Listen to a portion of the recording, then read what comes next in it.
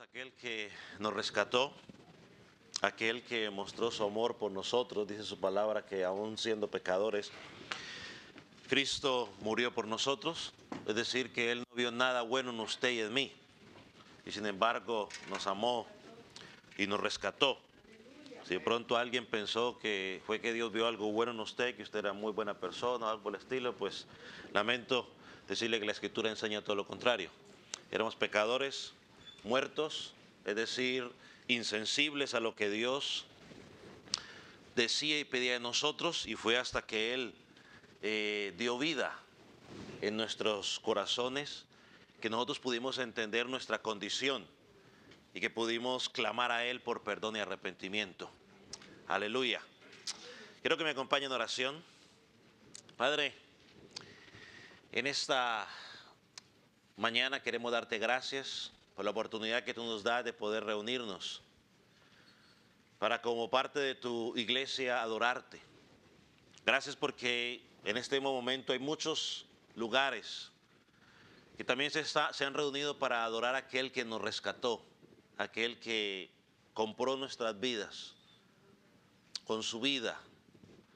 Señor, y hoy te agradecemos por esa oportunidad. Te pedimos que tomes control del predicador para que sus palabras estén alineadas con lo que enseña tu palabra y no los deseos de su corazón. Y también oramos por aquellos que van a escuchar, para que seas tú obrando en sus vidas, para que puedan recibir la palabra como proveniente de ti. Señor, y lo más importante, que podamos ponerla en práctica en nuestro diario vivir. Pero también oramos por aquellos que no te conocen, por aquellos niños, aquellos jóvenes, adultos, que todavía, Señor, están muertos sin delitos y pecados, para que sea tu Espíritu Santo el que los convenza de pecado, de justicia, de juicio, para que sea tu Espíritu Santo obrando en ellos, para que la luz del Evangelio les pueda resplandecer y puedan venir a ti en fe y en arrepentimiento. Padre, glorifícate mientras te adoramos al estudiar tu palabra. En el nombre de Jesús. Amén. Amén. Puede tomar asiento.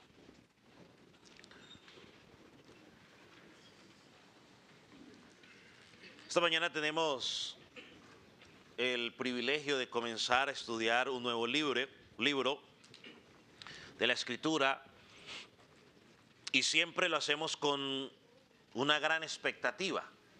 Si usted tiene su bosquejo, pues ya sabe que vamos a estar estudiando. Y mi motivación es para que usted pueda tomar tiempo para luego leer toda la epístola, el libro de los Hechos, en su tiempo personal. En lo personal estoy muy entusiasmado al estudiar este libro, porque hay muchas cosas que aprenderemos de este libro. Vamos a aprender principios extraordinarios que el Señor Jesucristo utilizó para fundar su iglesia. Algunos están vigentes hoy, otros no.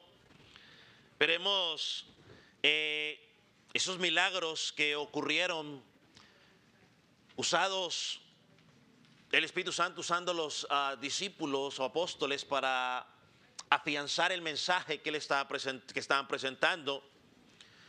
Veremos el modelo de la iglesia, lo que el Señor quiso que fuera y de la forma más pura en que Él quiso presentarla. Entonces, al comenzar el libro de Hechos, vamos a seguir el mismo patrón que siempre seguimos cuando vamos a empezar a estudiar un libro. Así que vamos a darle una vista panorámica hoy en una introducción a este libro. Y quizás pueda sonar un poco como si estuviéramos en un estudio bíblico, por el estilo que lo vamos a hacer, pero creo que es importante hacerlo. Hablaremos un poco del crecimiento de la iglesia, del nombre del libro, del autor, de la fecha, el propósito, las características, la estructura del libro, y sobre todo miraremos un poco de a Jesús en el libro de Hechos. Y yo quiero comenzar con una pregunta, o continuar con una pregunta, que ya comenzamos, ¿no? Pero continuar con una pregunta. ¿Qué pasaría si el libro de Hechos no estuviera en nuestras Biblias? ¿Qué pasaría si el libro de Hechos no estuviera en nuestras Biblias? Si el libro de Hechos no existiera o no estuviera en la Biblia, ¿qué nos faltaría? No sabríamos cómo sirvieron o cómo los primeros cristianos. Ok. Si abrimos nuestra Biblia y comenzamos a leer, por ejemplo, Romanos, uno se preguntaría, ¿y quién es Pablo? ¿De dónde salió? ¿Cómo llegó el evangelio a los gentiles? Si antes todo estaba centrado en los judíos. Bueno, el libro de Hechos responde a esas preguntas. El libro de Hechos, sin el libro de Hechos tendríamos un enorme vacío entre los evangelios y las epístolas del Nuevo Testamento. Así que Hechos nos sirve como ese eslabón para conectar la obra de Jesús con la misión de la iglesia. Pensemos en el primer punto, en el crecimiento de la iglesia en Hechos. El libro de Hechos nos muestra el avance del evangelio y del crecimiento de la iglesia. Quiero que miremos algunos ejemplos. Vaya, por ejemplo, a Hechos capítulo 6, versículo 7. Hechos capítulo 6, versículo 7.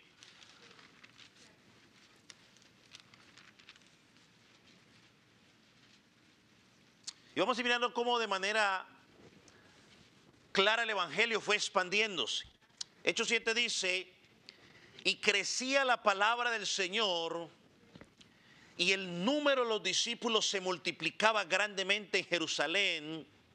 También muchos de los sacerdotes obedecían a la ley. Aquí vemos que la palabra de Dios, la predicación, el evangelio crecía. Es decir, se estaba difundiendo a medida de que los apóstoles estaban predicando. Mira otro ejemplo. En el capítulo 9, versículo 9:31, dice lo siguiente.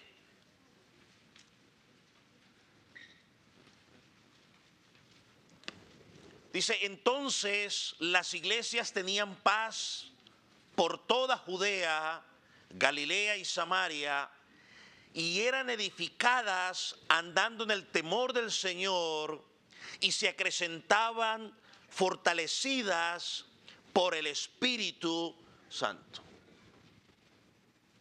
Lo que hace que la congregación, la iglesia crezca, no son las estrategias de los hombres, sino ¿quién? La obra del Espíritu Santo. Lo que el Espíritu Santo no convence, no lo convencen las estrategias humanas.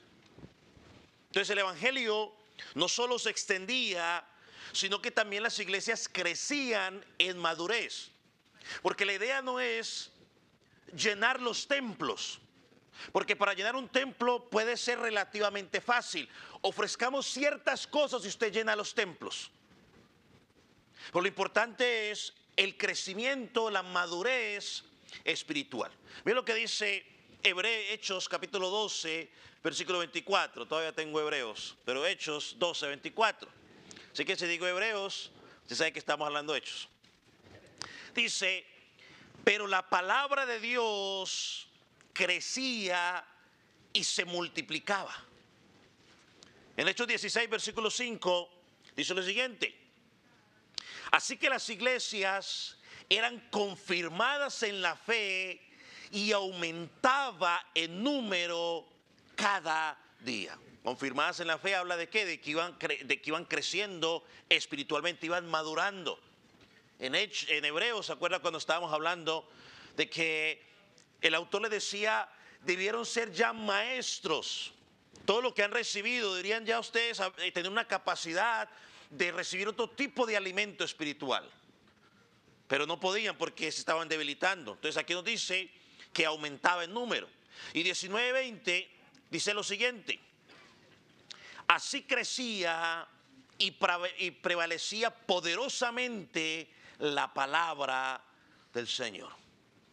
Estos versículos nos permiten ver cómo en Hechos nos recuerda que la palabra de Dios sigue creciendo a pesar de la persecución.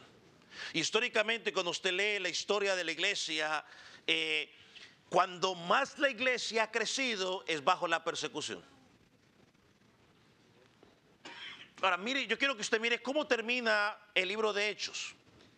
Vaya a Hechos 28, versículos 30 y 31. Porque termina de una forma poderosa. Mire lo que dice. Hechos al final.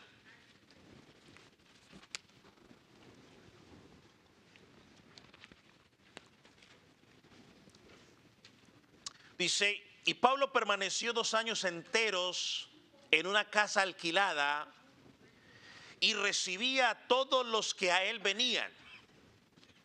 31. Predicando el reino de Dios y enseñando acerca del Señor Jesucristo abiertamente y sin impedimento. ¿Qué ve usted allí? Que aunque el apóstol Pablo quizás tenía casa por cárcel, el evangelio, ¿qué pasa? Seguía avanzando. Y el libro de Hechos nos muestra que nada puede detener la obra de Dios. Satanás ha tratado por años y seguirá tratando y no lo logrará. Porque la muerte de Jesucristo en la cruz del Calvario permite que la palabra de Dios siga predicándose. La obra de Cristo no se detiene. Y este libro nos llama, nos exhorta como iglesia a seguir predicando a tiempo y fuera de tiempo. Porque lo que convence a las personas, lo hemos dicho en varias ocasiones y lo seguiremos diciendo, lo que lleva a las personas al arrepentimiento es el evangelio y la predicación de la palabra de Dios. No son testimonios, no son canciones, no es darle comida, no es pagarle la luz, es predicarle el evangelio. Eso es lo que salva. Pensemos en el libro, en el nombre del libro. Con muchos libros del Nuevo Testamento, Hechos no tenía un nombre original. Es decir, el autor no le dio un título al libro. Aunque uno podría, o el mismo autor quizás nos puede dar una pista de qué es lo que, de cómo podríamos llamar el nombre, el libro, por lo que escribe en los 2 primeros versículos. Miren lo que dice Hechos 1 y 2. Dice, en el primer tratado, oh Teófilo, hablaré acerca de las cosas que Jesús comenzó a hacer y enseñar hasta el día en que fue recibido arriba, después de haber dado mandamientos por el Espíritu Santo a los apóstoles que había escogido. Entonces tenemos que reconocer, por lo menos en muchas de las Biblias, que el título que le han puesto es el libro de Hechos y abajo le ponen de los apóstoles. O sea, este título se le dio más tarde por las narraciones y el misterio o el ministerio de los apóstoles. Pero este libro también podría llamarse Hechos de Jesucristo. Usted pregunta, ¿por qué? Bueno, porque nos muestra cómo Jesús sigue obrando desde el cielo a través de ¿quién? De su pueblo. Pero también podría llamarse, y quizás algunos lo llaman mucho de esa manera, Hechos del Espíritu Santo. ¿Por qué? Porque todo lo que ocurre en el libro sucede bajo el poder ¿de quién? Del Espíritu Santo, desde que descendió en Pentecostés. Entonces un autor dijo lo siguiente: el libro de Hechos ha sido llamado con acierto los hechos del Espíritu Santo, porque todo lo que la iglesia logra es por medio de él. Todo lo que la iglesia logra es por medio del Espíritu Santo. Entonces, el libro de Hechos nos muestra 3 cosas: los hechos de los apóstoles, los hechos de Jesucristo y los hechos del Espíritu Santo. Si lo pudiéramos resumir de esa manera, el libro de Hechos nos va a hablar de Jesucristo por medio de los apóstoles en el poder del Espíritu Santo. Si lo pudiéramos resumir de esa manera. El libro de Hechos trata de los hechos de Jesucristo por medio de los apóstoles en el poder del Espíritu Santo.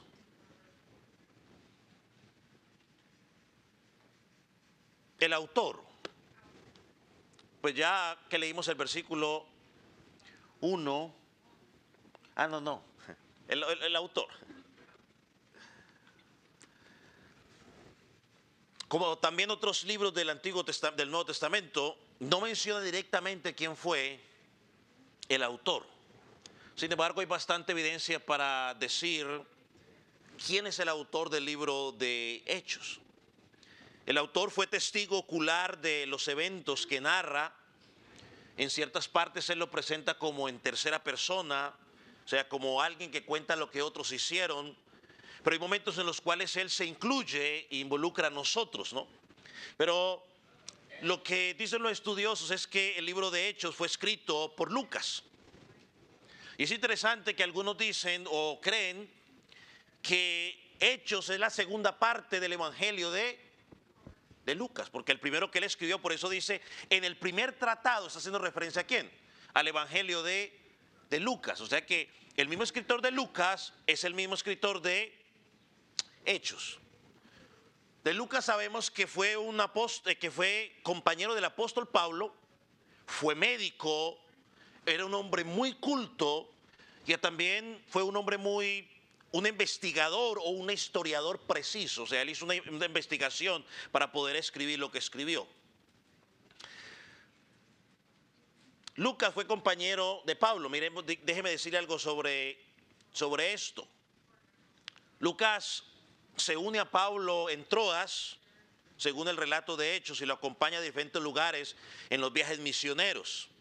En algún momento estuvo en Filipo. Más adelante también se unió con él en el tercer viaje misionero y permaneció junto a Pablo hasta la última visita a Jerusalén. Lucas fue un médico. Colosenses 4:14 nos habla de que fue un amigo cercano a Pablo. Sabemos también que Lucas no era judío, lo que hace el único escritor del Nuevo Testamento que no era judío. Miremos en sus métodos. Vaya conmigo a Lucas capítulo 1, versículo 1 al 4. Porque ahí en Lucas capítulo 1 él explica su trabajo. Lucas capítulo 1.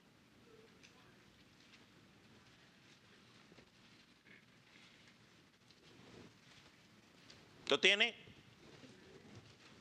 Dice, puesto que ya hemos tratado de poner en orden la historia de las cosas que entre nosotros han sido ciertísimas, tal como nos lo enseñaron los que desde el principio lo vieron con sus ojos y fueron ministros de la palabra, me ha parecido también a mí, después de haber investigado con diligencia todas las cosas desde su origen, escribirlas por orden, oh excelentísimo Teófilo, para que conozcas bien la verdad de las cosas en las cuales has sido instruido.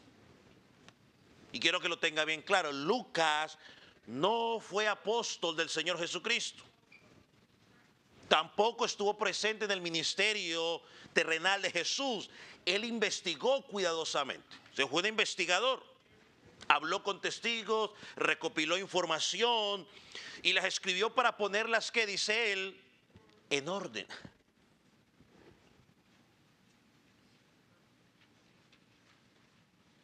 Como andaba con el apóstol Pablo, pues aprendió mucho de él. Quizás se convirtió en su mentor. Mire lo que dice Hechos 21:16.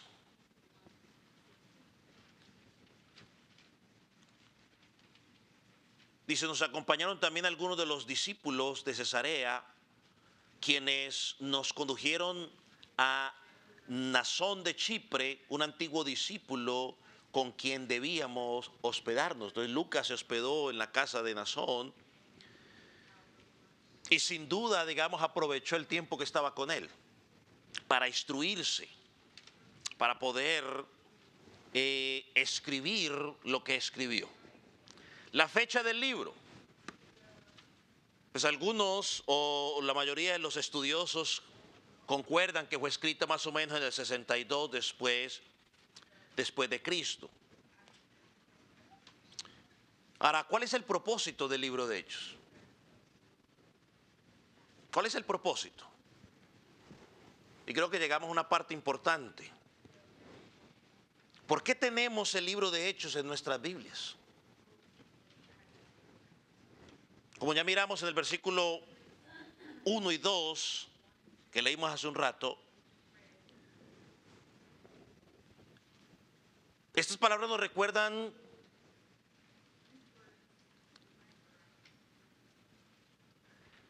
que en el Evangelio de Lucas, el primer volumen, narró la vida y la enseñanza de Jesucristo. Ahora en ese segundo volumen, si podemos llamarlo de esta manera, que se lo identifica como Hechos, nos va a seguir continuando la obra de Jesús en la iglesia por medio del Espíritu Santo. Y vamos a mirar unos propósitos. El primer propósito es el propósito histórico.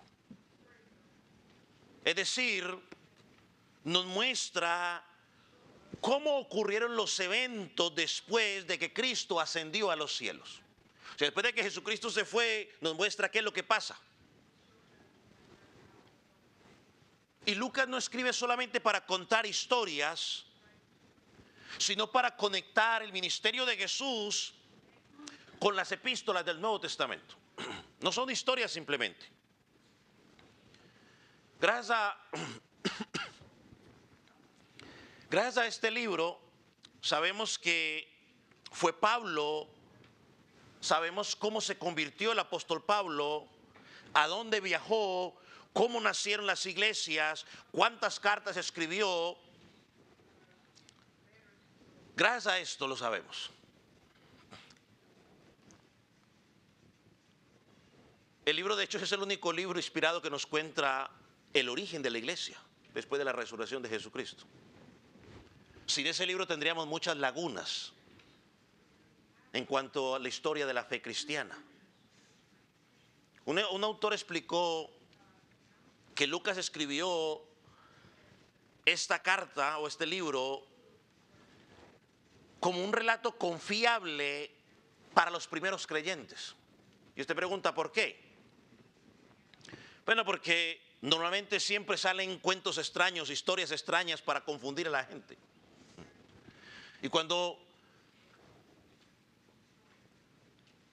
los creyentes necesitaban información confiable,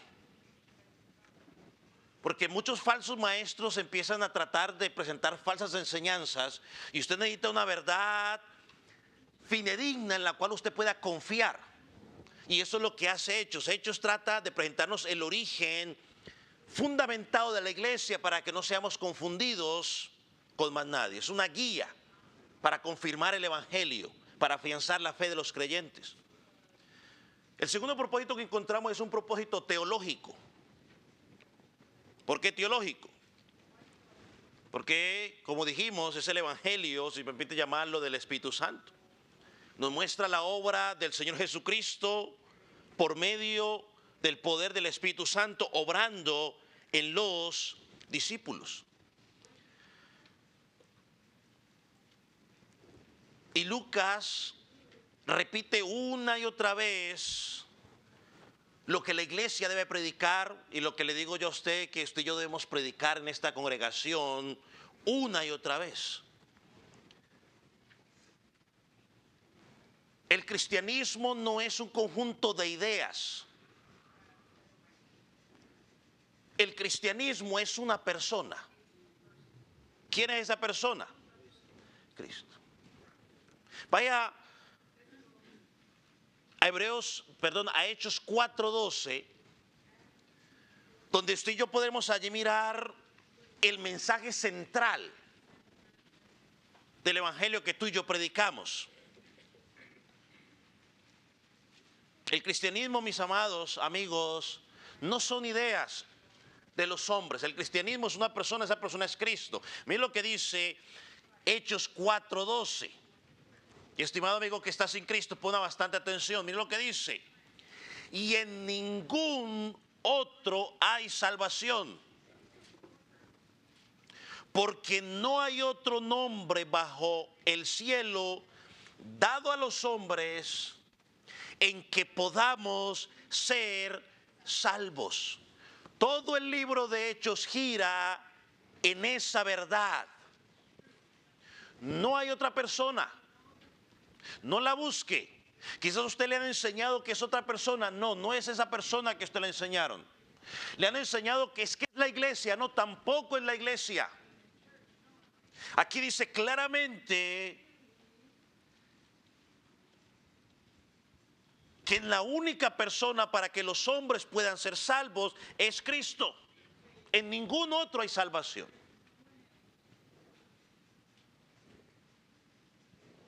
No es en tus fuerzas, no es en tus buenas intenciones, es en Jesucristo. Y el Espíritu Santo capacita a la iglesia para que podamos proclamar el nombre de Jesús, para que la gente pueda encontrar salvación. Otro propósito del libro de Hechos es un propósito apologético. Apologético o apología tiene que ver con defensa de la fe. Que hoy quizás en las redes sociales está, usted lo ve mucho, se necesita, ¿no? Alguien que tenga esa capacidad y así como el mundo pone sus cosas o los falsos maestros ponen sus cosas, pues alguien que conozca la verdad, defienda la verdad, la pueda hacer. Lucas aprovecha muchas oportunidades para mostrar el cristianismo no era una amenaza política al imperio romano, sino que el evangelio es un movimiento espiritual cuyo propósito es reconciliar a los hombres ¿con quién? Con Dios. Recuerda que cuando los judíos o los líderes religiosos querían acusar a Jesús con Pilato, con el imperio romano, lo primero que fue dijeron, mire, vea, este hombre es un peligro para ustedes. Está promoviendo, no sé, que no paguen impuestos, está promoviendo de que hay otro señor que no sea César. Hipócritas. No pasaban a César, pero ahí como necesitaban, pues. Y Hechos nos presenta eso. El cristianismo no es un movimiento político, sino que es un movimiento espiritual que su objetivo es que los hombres conozcan a Cristo para que se reconcilien con Él. Es decir, para que encuentren vida en Cristo Jesús. Estos creyentes se enfrentaban a mucha persecución, muchas críticas. Y una de ellas era de que los líderes religiosos los querían poner en contra del imperio romano para que los persiguieran.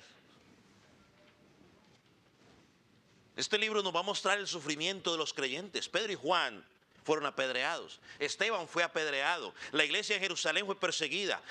Jacobo fue asesinado por Herodes. Pedro fue apedreado. Pablo fue apedreado, encarcelado, llevado preso a Roma. Pero a pesar de todo esto, lo que nos sigue mostrando Hechos es cómo Dios preserva a su iglesia. Cómo el evangelio sigue avanzando. Jesucristo lo dijo bien claro. Las puertas del Hades no prevalecerán contra la iglesia, porque no es un movimiento de hombres, es Dios obrando.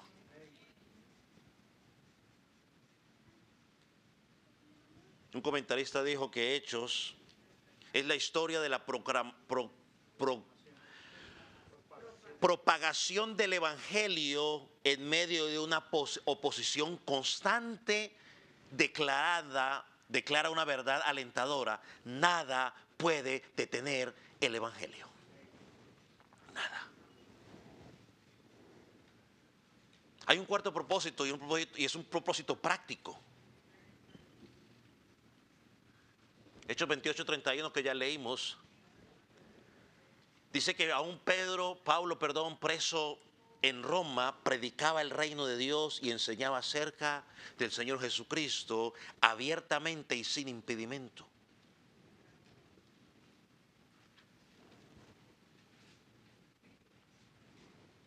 mientras los judíos, los judaizantes, eran tolerados por el Imperio Romano, los cristianos eran vistos como un grupo ilegal. Por eso eran perseguidos. Y eso ha sido toda la vida, porque las cruzadas, luego Roma siguió haciendo lo mismo a través de las cruzadas.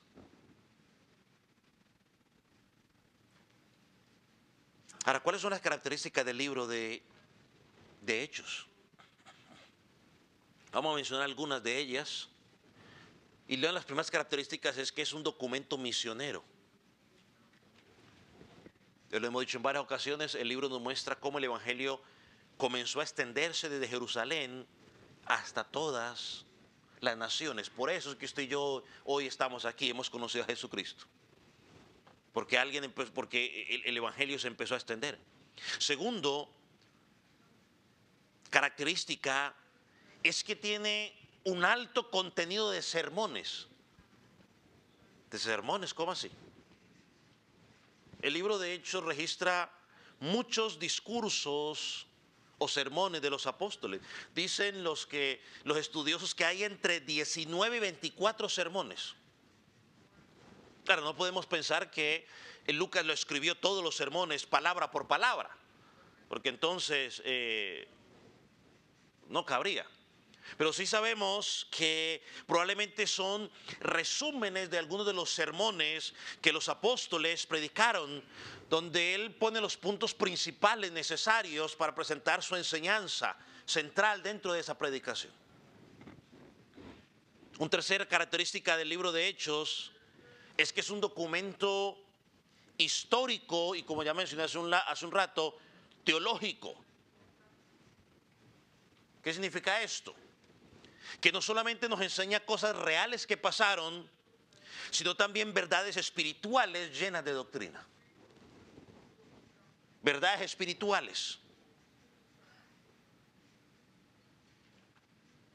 La predicación evangelística en Hechos contiene muchos hechos objetivos acerca de la naturaleza de Dios, la vida y la obra de Jesús.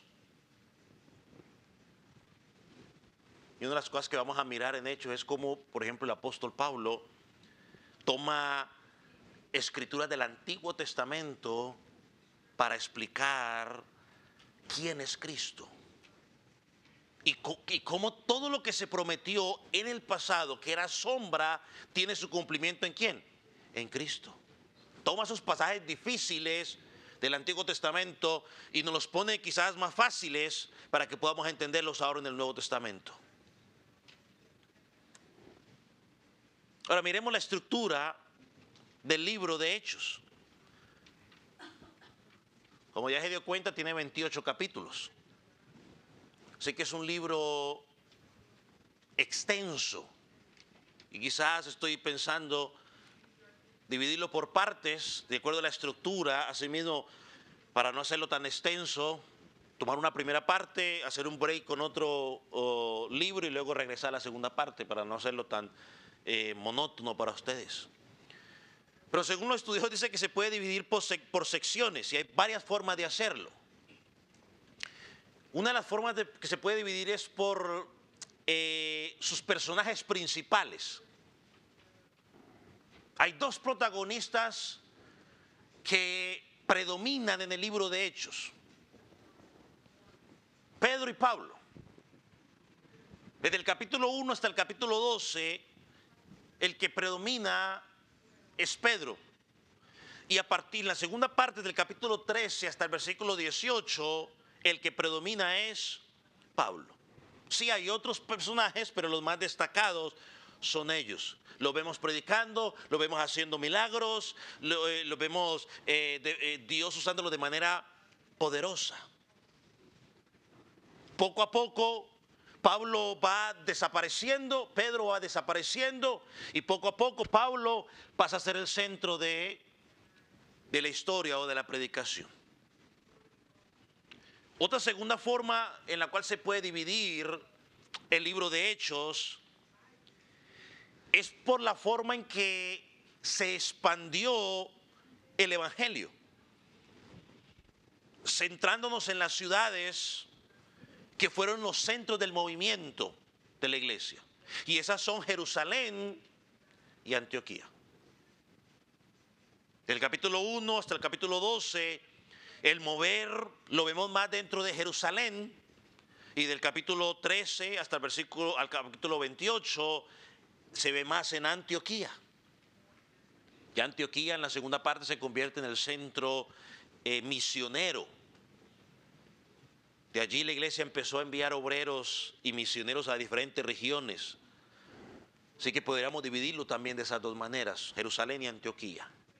Y hay otra tercera forma en la cual se puede dividir el evangelio, y es pensando en lo que dice Hechos capítulo 1 versículo 8, que es un versículo muy conocido. Leo para ustedes: pero recibiréis poder cuando haya venido sobre vosotros el Espíritu Santo, y me seréis testigos, escuche, en toda Judea, en Samaria y hasta lo último de la tierra. Este versículo resume el plan de Dios para la expansión del evangelio. Y nos sirve como un punto de partida para, digamos, estudiar o dividir el libro de Hechos. La iglesia en Jerusalén la podemos ver desde el capítulo 1 hasta el capítulo 7, versículo 60. La iglesia de Judea, la segunda parte es la iglesia de Judea y de Samaria, desde el capítulo 8, versículo 1, hasta el capítulo 12, versículo 25. Y en esta sección hay una parte importante, porque allí nos presenta cuando el evangelio, esa transición cuando el evangelio llega a los samaritanos. Y la tercera parte es cuando dice hasta lo último en la tierra, ¿no? La iglesia hasta lo último en la tierra, capítulos 13 hasta el capítulo 28. Aquí vemos cómo el evangelio comenzó a extenderse más allá de Palestina, alcanzando nuevos pueblos, y demos gracias porque por eso llegó el evangelio a nosotros. En esa parte, cuando habla de hasta lo último de la tierra, podríamos encontrar los famosos viajes misioneros del apóstol Pablo. Usted ha escuchado muchas veces hablar del primero, segundo, tercero viaje misionero del apóstol Pablo. Bueno, ahora vamos a tener la oportunidad de estudiar esos viajes del apóstol Pablo. Lo encontramos en el capítulo 13 hasta el capítulo 28. El primer viaje misionero, desde el capítulo 13 hasta el capítulo 14, versículo 28. Vamos a mirar sobre el concilio de Jerusalén, capítulo 15, que es bien importante verlo. Segundo viaje misionero lo miraremos del capítulo 15, versículo 36, hasta el capítulo 18, versículo 2. Tercer viaje misionero, desde el capítulo 18, versículo 23, hasta el capítulo 21, versículo 16. Y también miraremos su viaje de Jerusalén a Roma, ¿no? Capítulo 21 hasta el capítulo 28. Lucas dedica bastante espacio a esta sección, especialmente quizás en el naufragio del apóstol Pablo en el capítulo 27. Entonces, en resumen, lo podemos dividir en dos partes de acuerdo a los autores, de acuerdo a los dos personajes principales, Pedro y Pablo, o también lo podemos dividir resumiendo lo que dice el versículo 1 del capítulo, versículo 8 del capítulo 1, ¿no? Jerusalén, Judea, Samaria y hasta lo último de la tierra. Pero hay algo más que podemos encontrar en el libro de Hechos que no podemos dejar por fuera. Y es Jesús en el evangelio de Hechos. El libro de Hechos comienza refiriéndose a Lucas, el primer libro que escribió Lucas. Y ahí dice que está hablando sobre todo lo que comenzó a hacer y enseñar Jesús. Por deducción sabemos entonces que lo que va a hacer en este relato es una continuación de la obra de Jesús. Ya no Jesús el mismo, porque ya ascendió a los cielos, pero a través de su Espíritu Santo en la vida de ¿quiénes? De los apóstoles. Una vez más, el centro de la Escritura siempre es Cristo. No son los apóstoles, no son los milagros que ellos hicieron. El centro de la Escritura siempre debe ser ¿quién? Cristo. Cualquier otra cosa que nos esté llevando afuera de Jesucristo, tenemos que huir de ella. Cualquier cosa que, es que Dios me reveló esto y lo otro, si lo que Dios te está diciendo no está alineado con lo que enseñaron los apóstoles inspirados por el Espíritu Santo, hay que ponerlo en duda, porque el Espíritu Santo nunca nos va a mostrar algo que ya no esté en la Escritura, porque la revelación ya que terminó, está aquí. Lo único que hacemos es entender lo que Él ya nos reveló. Entonces vemos a Cristo actuando a través de su pueblo por medio del Espíritu Santo, para que podamos cumplir la misión que nos fue encomendada. Mateo capítulo 24, versículo 14. Porque esa es la misión que Jesucristo nos dio, predicar el Evangelio. Mateo 24, 14 dice lo siguiente: este Evangelio del reino será predicado en todo el mundo como testimonio a todas las naciones, entonces vendrá el fin. Este Evangelio del reino será predicado en todo el mundo. No es otra cosa, es el Evangelio. El pueblo de Dios debe ir por todas las naciones, de una u otra manera predicando ese Evangelio.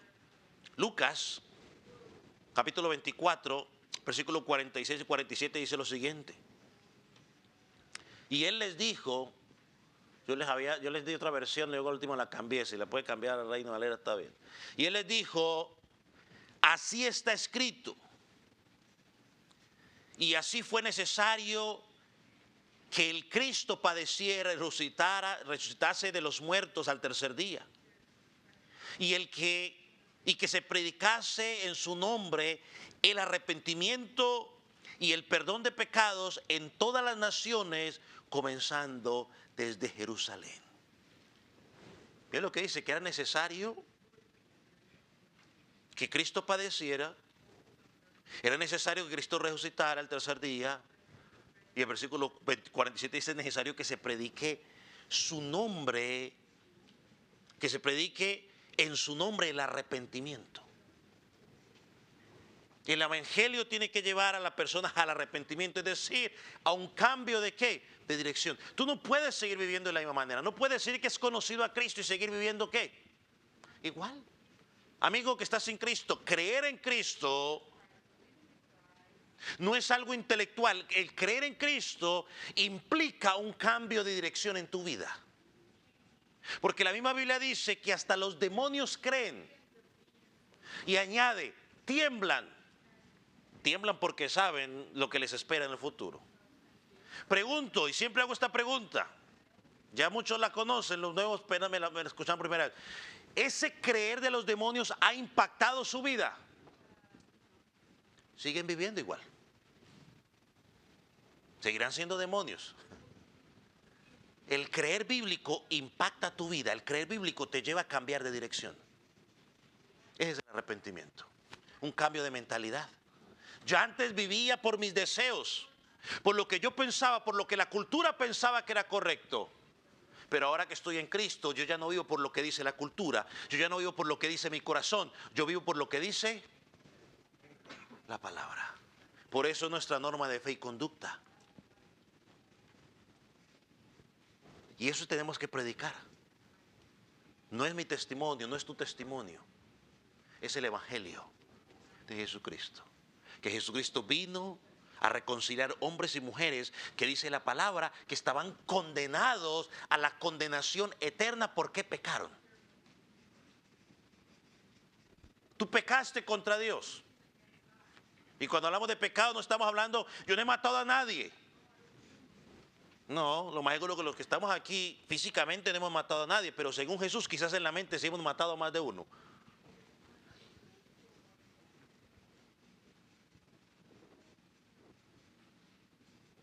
Pero bueno, no pensemos en esos pecados tan escandalosos, Te voy a decir uno solo.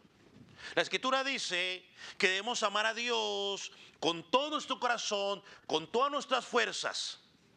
Pregunta, ¿has amado a Dios tú con todo tu corazón y con toda tu fuerza desde que naciste hasta este momento?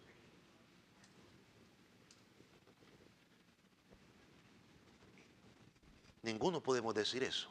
Entonces eres un pecador. Y como has pecado, dice la Escritura, la paga del pecado es ¿qué? La muerte. Pero Jesucristo vino a solucionar eso. Cuando crees en Él, cuando confiesas tu pecado a Él, dice la palabra que la justicia de la perfección de Jesús, porque Él sí pudo vivir perfecto desde que nació hasta que murió, te es aplicada a ti y me es aplicada a mí. Y no por un ratico, sino que por siempre. Entonces, esa es nuestra misión. El Espíritu Santo nos equipa para hacerlo. Lucas 24, el versículo 49 sigue diciendo: vosotros sois testigos de todas estas cosas. He aquí, yo enviaré sobre vosotros la promesa de mi Padre, pero vosotros permaneced en la ciudad hasta que sean investidos con poder de lo alto. Ahí cuando Jesús le está diciendo a ustedes tienen una misión, pero necesito prepararlos y necesitan el Espíritu Santo para que puedan cumplir esa misión. Una vez más, no es en nuestras fuerzas.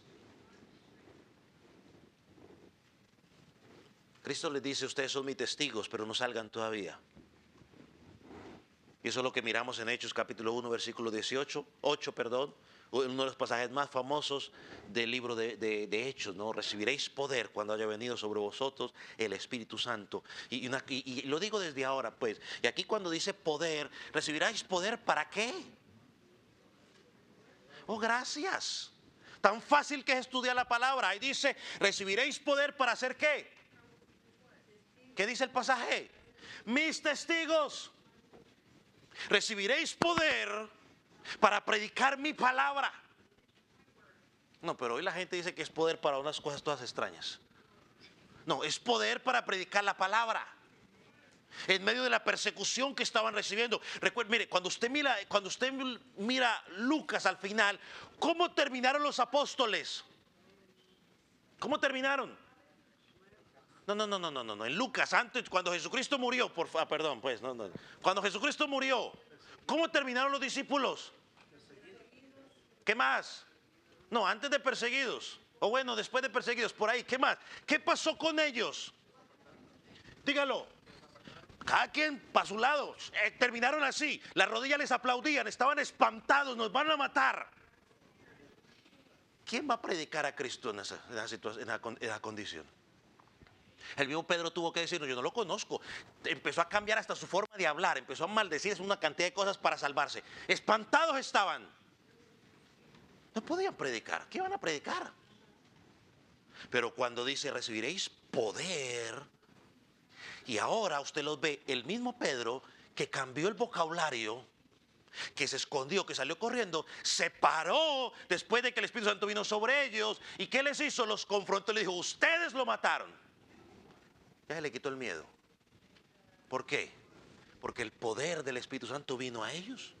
El Espíritu Santo nos capacita para predicar la palabra. ¿Por qué temor, amado hermano? Si el que convence es el Espíritu Santo, no eres tú ni soy yo. Usted y yo, a duras penas, los que somos casados, a duras penas podemos convencer a la esposa. Para ir a convencer a otros, a duras penas. A unos nos costó más, a otros les costó menos, pero por lo menos ahí medio pudimos convencerlas. Y ahí seguimos todavía tratando a veces de tratar. Ahora para convencer a otros, no, el que convence es ¿quién? El Espíritu Santo. Hoy nosotros estamos llamados a llevar la obra del Espíritu Santo. La obra de Cristo, a través del poder del Espíritu Santo. Él inició la obra, Él continúa la obra a través de ¿quién? De nosotros.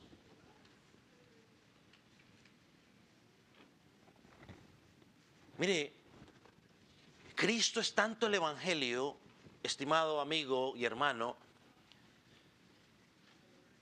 que cuando a Saulo fue confrontado, la pregunta fue: Saulo, ¿por qué me persigues?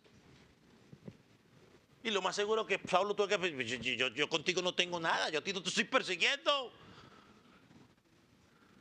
No, es que tú persigues a la iglesia. Si persigues a la iglesia, me estás persiguiendo a mí. Lo miraremos más adelante en Hechos. Hermano, nosotros somos el cuerpo de Cristo. Somos llamados a tener esa responsabilidad. Hagámoslo sin temor. Él pudo haber enviado ángeles, pero no envió ángeles. Nos envió a usted y a mí. Y quizás una de las cuestiones, ya, eso lo digo yo, eso lo digo yo. Quizás una de las situaciones, los ángeles no entienden lo que es ser perdonados. Los ángeles no entienden lo que es ser perdonado. ¿Por qué? Porque nunca han pecado. Y los que pecaron, ¿qué pasó con ellos?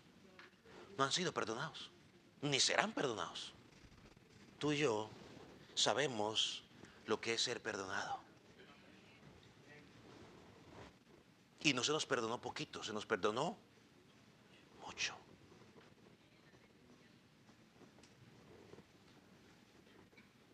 Entonces, ¿por qué a veces la iglesia es tan débil el día de hoy?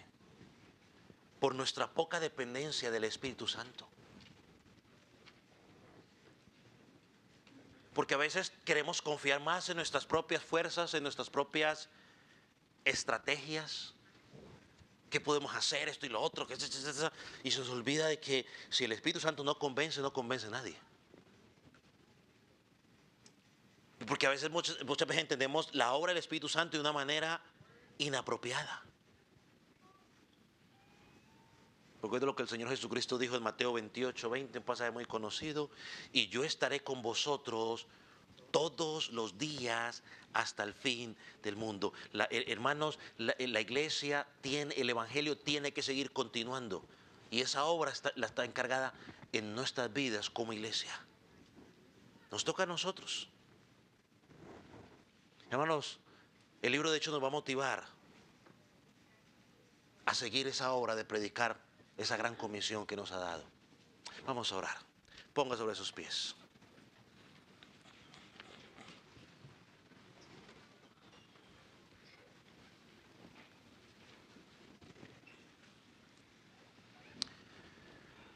Padre, te damos gracias por el privilegio que tú nos das de poder exponernos a tu verdad. Señor, en un mundo donde cada quien dice tener la verdad y donde nos quieren hacer creer que lo que enseña tu palabra es anticuado, que es mentira. Señor, hoy sabemos que tu palabra es la verdad absoluta. Lo creemos firmemente. Señor, oramos para que cada día podamos ser cristianos fieles. Fieles de forma individual y fieles también de forma congregacional. Padre, que cada día podamos recordar el llamado que hemos recibido de parte tuya. Señor, y que podamos continuar en ese camino de la historia de la redención, predicando tu palabra. Señor, porque hay muchas personas que todavía no te conocen y necesitan conocerte. Padre, gracias por las promesas del Antiguo Testamento que las vemos cumplidas en Cristo Jesús. Gracias por las enseñanzas que revelaron los apóstoles en este libro de Hechos. Padre, porque fueron dejadas allí con el propósito de edificarnos, de motivarnos, de alentarnos a poder cumplir. Señor, ayúdanos a creer y desarrollar el papel que tú nos has dejado como iglesia. Oh Padre, pero también oramos por aquellos que no te conocen. Aquellos que esta mañana están aquí, aquel niño, aquel joven, aquel adulto, que todavía no ha tenido una relación contigo. Que todavía cree, Señor, que Él es buena persona, que no ha hecho nada malo. Señor, oramos para que tu Espíritu Santo lo convenza de pecado, de justicia, de juicio. Para que le muestre que con un solo pecado que haya cometido delante de ti ya es culpable de muerte, uno solo, y que pueda acudir al único mediador entre Dios y los hombres, Jesucristo hecho hombre. Padre, Gracias. En tus manos quedamos. En el nombre de Jesús. Amén. Amén.